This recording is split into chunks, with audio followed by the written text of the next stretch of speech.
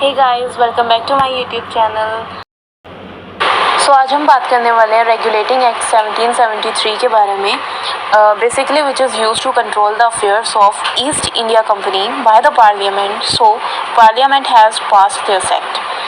अब हम बात करते हैं इसके फीचर्स के बारे में, जिसमें सबसे फर्स्ट फीचर क्या है, जब तक तीनों की तीनों प्रेसिडेंसीज बंगाल, बॉम्बे और मद्रास, ये तीनों की तीनों प्रेसिडेंसीज चल रही थी, उस वक्त जो गवर्नर ऑफ बंगाल था वो गवर्नर जनरल ऑफ बंगाल बन गया अलॉन्ग विथ 4 काउंसिल्स।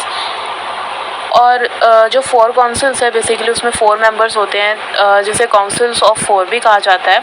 अब बात करते हैं कि गवर्नर जनरल को अपॉइंट कौन करता है। तो गवर्नर जनरल होता क्या है, basically governor general is the head of the company. So head of the company is appointed by the member of the company and hence Governor General is appointed by the East India Company। अब आगे बात करते हैं कि council of 4 इन्हें कौन appoint करता है। तो council of 4 is appointed by the British parliament. Hopefully आपको फर्स्ट पॉइंट समझ में आ गया होगा।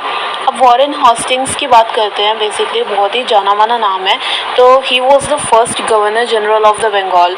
ये याद रखने वाली बात है, तो ज़रूर याद रखना। और काउंसिल ऑफ 4 के जो फर्स्ट 4 मेंबर्स थे वो कौन थे, तो फर्स्ट 4 मेंबर जिनमें से फर्स्ट पे हैं mister Philip, second mister George, third mister John and fourth mister Richard.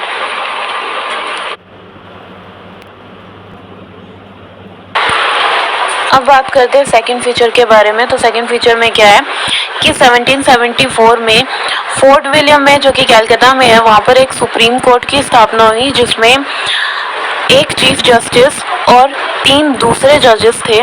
तो यहाँ का सुप्रीम कोर्ट थोड़ा सा अलग है, इंडिया के सुप्रीम कोर्ट से काफ़ी अलग है। अब वो अलग कैसे है कि उस समय में इंडियन लॉज और ब्रिटिश लॉज बिल्कुल डिफरेंट होते थे, जिसकी वजह से जो ब्रिटिशर्स हैं वो इंडियन लॉज को ऑर्थोडॉक्स और अनसिविलाइज समझते थे। तो वो नहीं चाहते थे कि उनके सिस्टम, इसलिए वो नहीं चाहते थे कि उनके केसेस जो हैं वो इंडियन सिस्टम के अकॉर्डिंग सॉल्व करे जाएं। अब आते हैं थर्ड पॉइंट पर।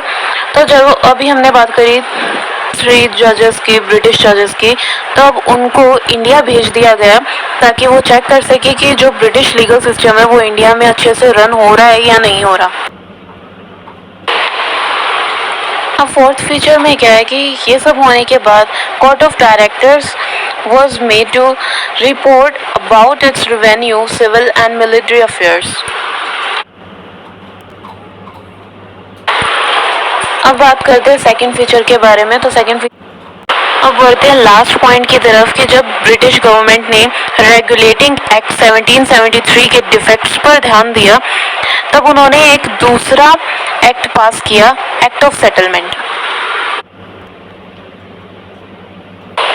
Thank you so much. अगर वीडियो अच्छी लगी हो तो like, share, comment and subscribe करना। मिलते हैं जल्दी नेक्स्ट वीडियो में। Thank you so much for watching. Bye.